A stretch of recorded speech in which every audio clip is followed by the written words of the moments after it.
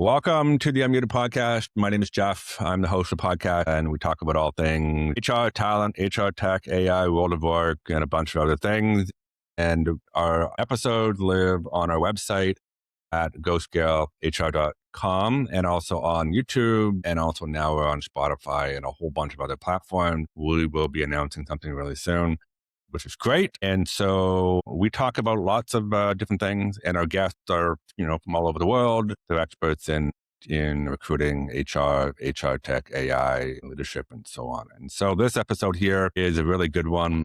And I always say that. Yes, I'm biased, but it's true. And it's called Stop Filling Jobs, Start Solving Business Problems. And so for those of you who know me, know that I take a very business approach to HR. HR is the business function, and also about recruiting as well. So, okay. So here's the topic. I'm just going to talk about the topic itself.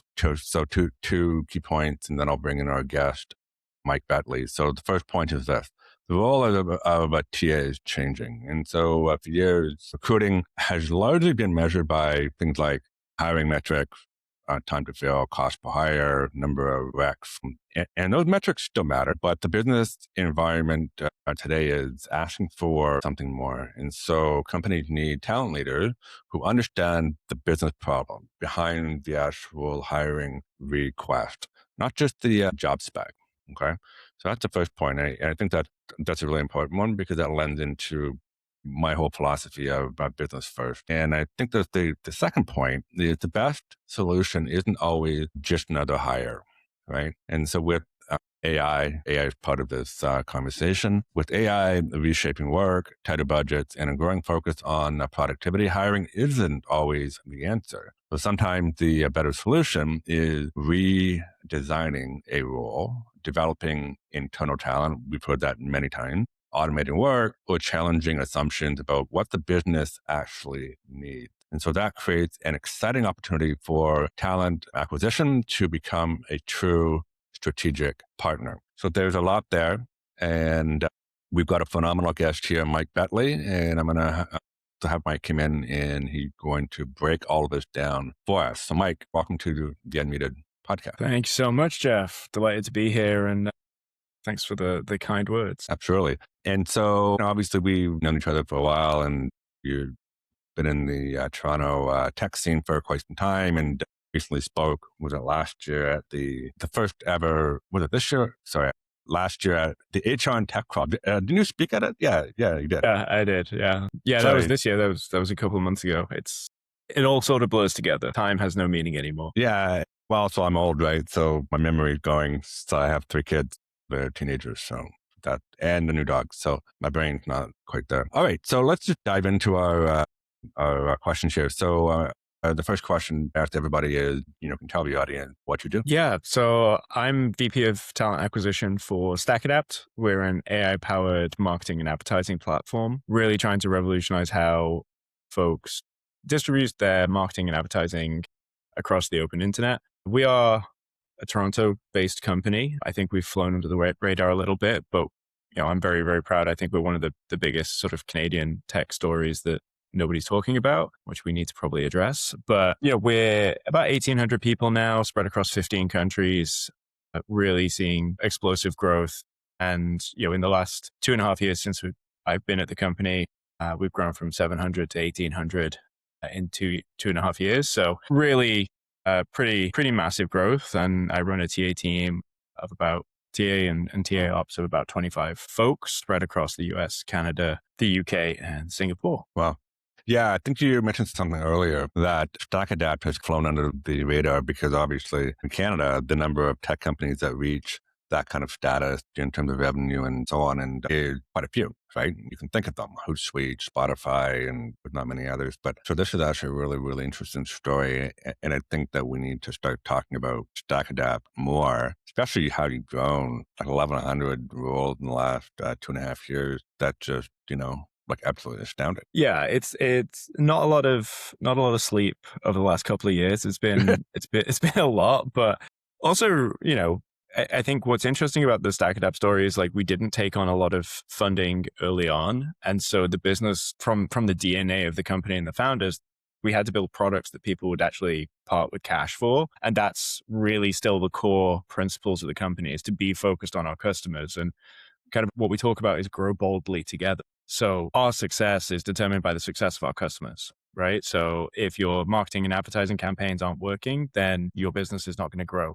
So you can't spend more money on marketing and advertising. So we're really trying to, that's how we beat some of our competitors that may be a little bit larger, is like we try and act as an extension of our customers' business and try and do everything we can to make them successful. And, we should probably talk about the success a little bit more. Growth is great. All the key metrics, obviously can't share details, but like all the key metrics on sort of revenue, margins, et cetera, really, really strong and really sustainable growth for us to keep growing at this accelerated pace, which is important to keep those things in balance. I think we've all seen the stories of where those things have got out of whack and you overhire, and that's always been something I've been very cautious about, and I'm proud to have a company that has such a strong set of business fundamentals.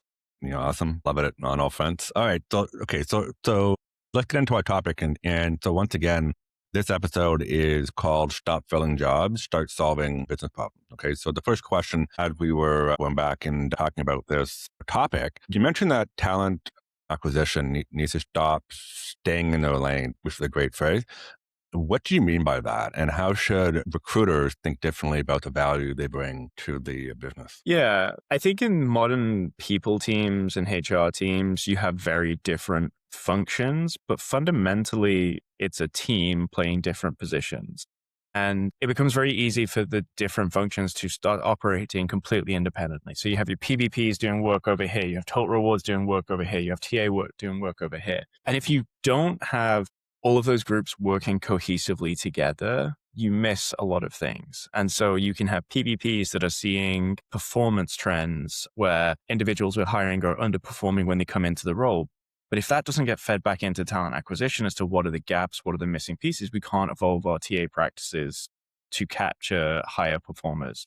Same as if TA is not giving feedback to total rewards that the comp bands are not working or the benefits packages aren't meeting the needs, they're not going to move anything. So with TA, I've always been very, very keen to have people think about what does the business need first and foremost. Stop thinking about it just from like, my job is to hire people. Your job is to grow the business. And if that means hiring people, great. But if it also means making some decisions that are not to make a hire or to slow down hiring while we figure something out at the expense of hitting a target, that's the better decision for the business. And we should always focus on that. And so I really try and focus the team and coach the team on thinking holistically. And I'm starting to really see, after sort of 2.5 years of building this culture, some amazing examples of the team going above and beyond. And I mean, I have sort of recruiters on my team who are coming to me and going, hey, we made a strategic decision to pay slightly higher in the band for the first hires to go into this region. I'm now hiring the next tranche of people to build out the region, and I'm seeing upward pressure, whether people are level below or actually making a little bit more money than we're potentially offering for this individual coming in. I'm worried about kind of what that does from an ER perspective. That to me is amazing because it's not their responsibility. They don't have to worry about the ER implications of the offer.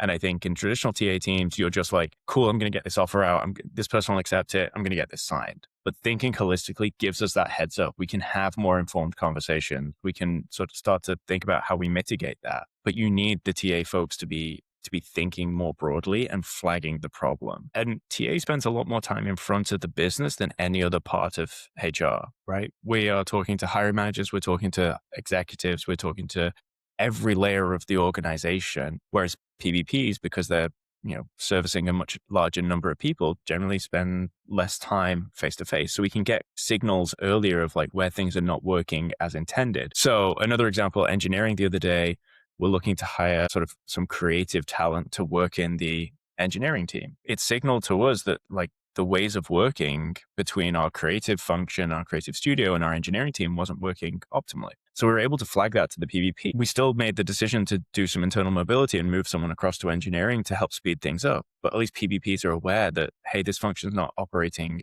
ideally. Let's try and work through, what change management, what processes have to change to make it work a little bit better. But if we didn't care about this and we just went, cool, we're just going to hire this person because our goal is to hire as many people as possible, you miss that opportunity to fix the fundamental business dynamic there. It's a really good way of sort of reframing the role, which is what we talked about, right? Because when I was leading HR, I always talked about TA as being almost like sales, right? So it's kind of like a sales function, right?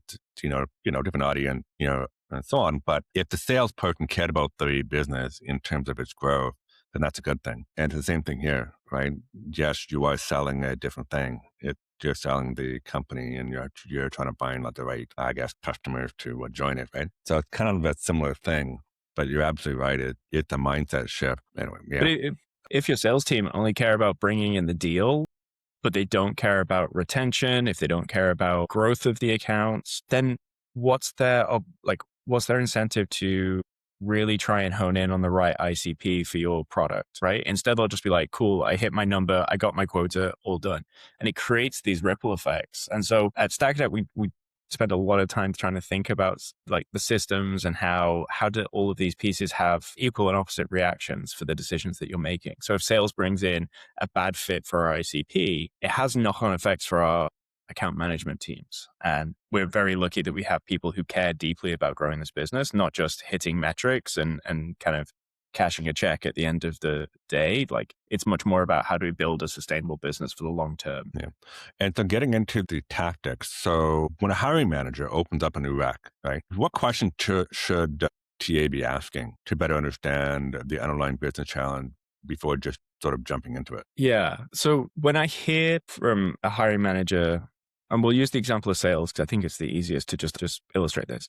When you say I need to hire another salesperson, that's not actually true. What you actually need is a certain amount more revenue, right? You don't need another salesperson. You actually need another $100,000 a quarter in revenue. But that revenue can come in many different ways. So you have to understand what are the opportunities and threats to the existing team in order to scope what is actually the right solution. So when I hear that, I want to dive into questions like, who are your top performers today? Why are they top performers? Conversely, who are your lowest performers? Why are they struggling? What dependencies or partnerships do you have with other teams? And so if we take that sales example, maybe the reason that you need to get an extra $100,000 a quarter in revenue is because the existing team actually don't have enough leads. And so if that's the problem, adding another salesperson to it doesn't actually solve the problem. And maybe you need a marketing individual to focus on this team. Or maybe there's a missing piece of the product, right? Like we're struggling to sell this product because it's not well aligned to the ICP we're targeting. So thinking more about what's the fundamental problem, what's driving this need helps you then to say,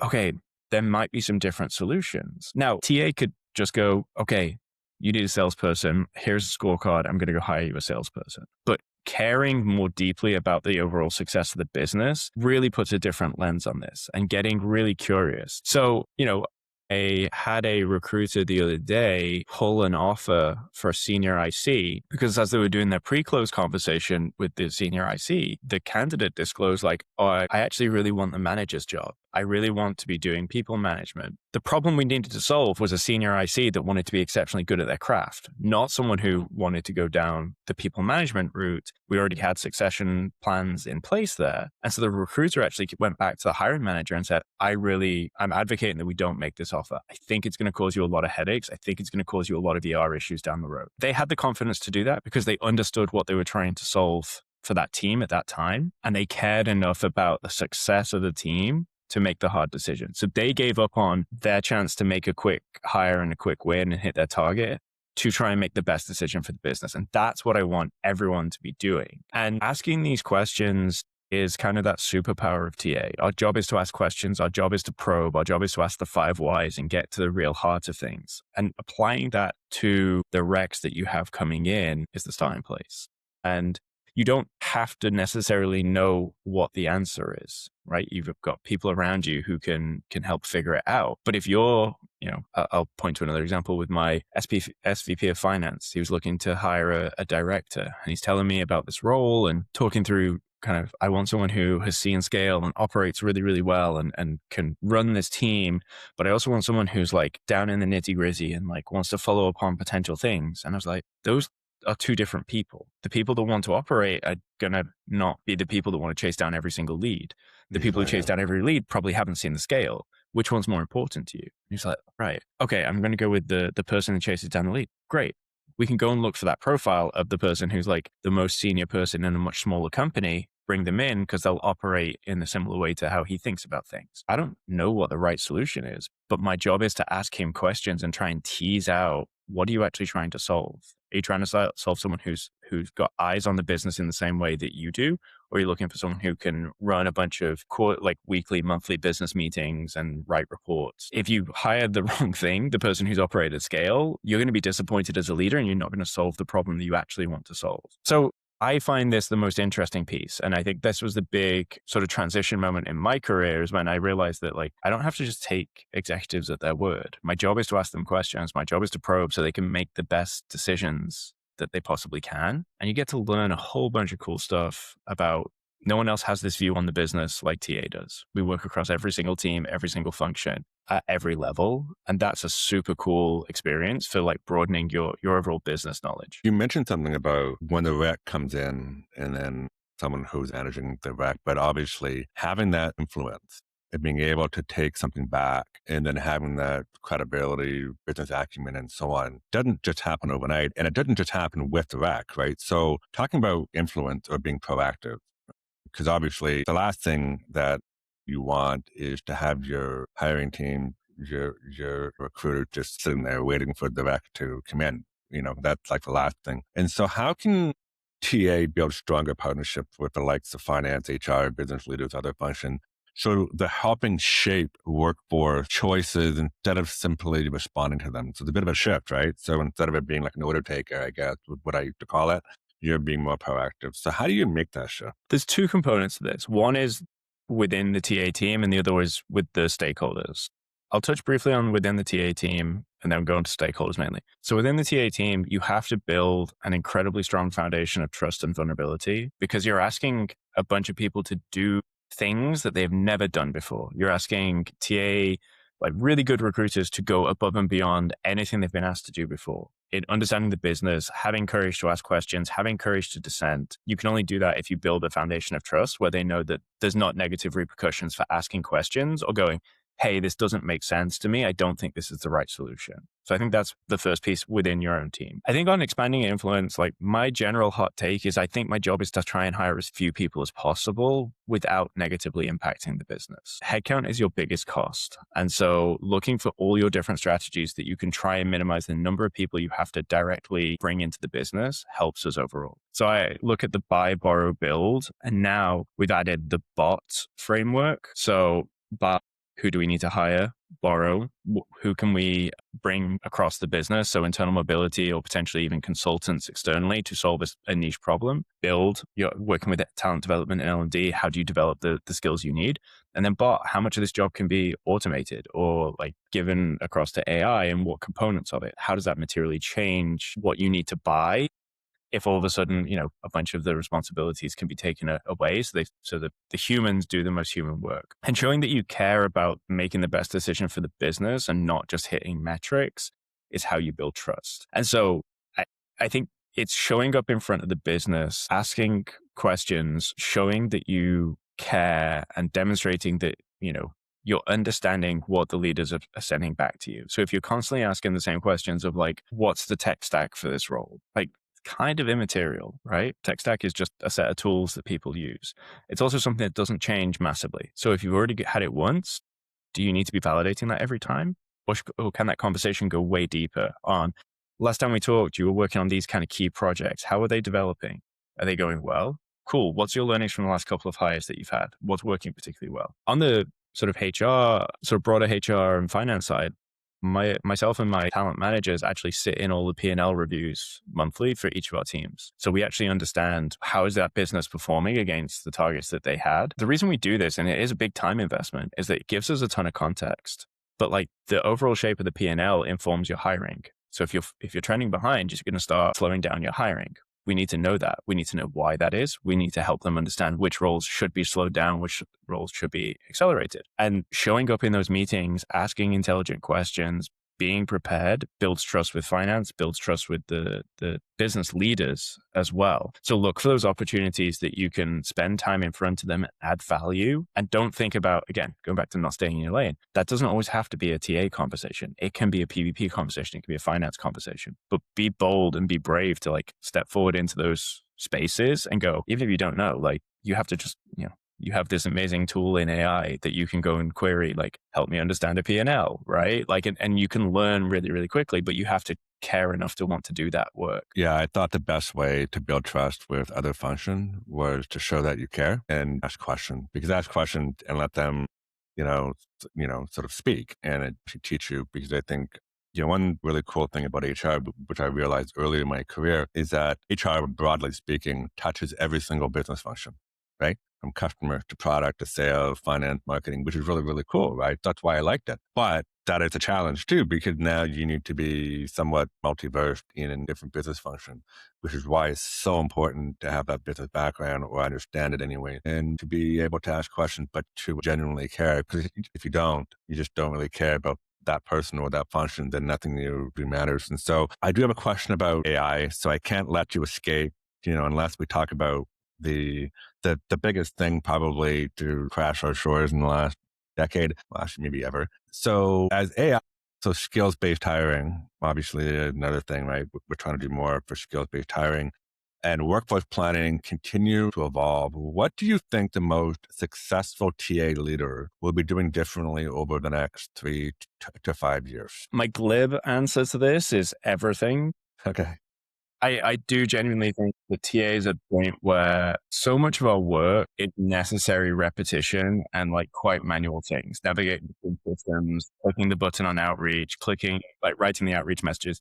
Like it has to happen. But all of that stuff is so ripe for disruption with automation and AI. I think more so, as you look at your businesses, we need to be increasingly critical of our assumptions around our existing businesses, because AI and automation is going to change it. So looking specifically from a TA lens, how many recs can a recruiter manage? Is that going to go up or is that going to go down? I can make an argument both ways. What's a reasonable time to hire?